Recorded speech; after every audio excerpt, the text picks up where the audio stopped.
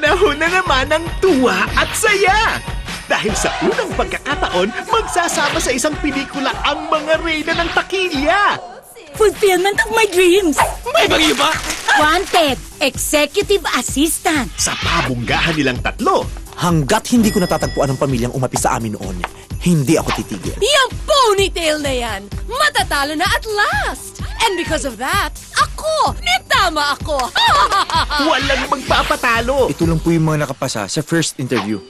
Pero may isang tanging standout. Ginagaya mo ako? Ginagaya mo ko? Binubwisit mo ako? Han! Ikuha mo na rin ako ng maraming tubig. Bakit po? Magsiswimming ako. Suko ang kasal mo. Gaga! Annulled na ako! The phenomenal box office star Vice Ganda!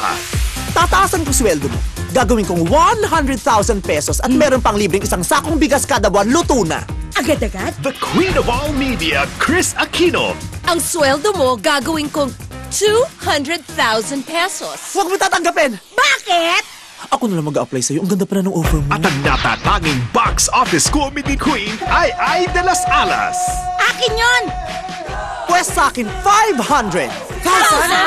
Stab wounds. So, dapat rin kita bilang CEO.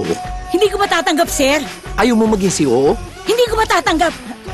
Ano ba yung COO? Sa tawanan, malakas! Hindi niyo ako kailangan pwesahin. Sasama ako na maayos.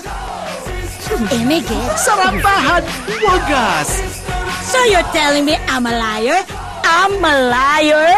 Masabi? Ang sama-sama mo sa akin. I'm just returning the favor. That was worse than a Chris Aquino horror movie experience. Sila ang Sisterakas! You give credit to whom credit is due. And you give glutathione to people like you. Christmas Day 2012 in cinemas nationwide! Ay! Thank you!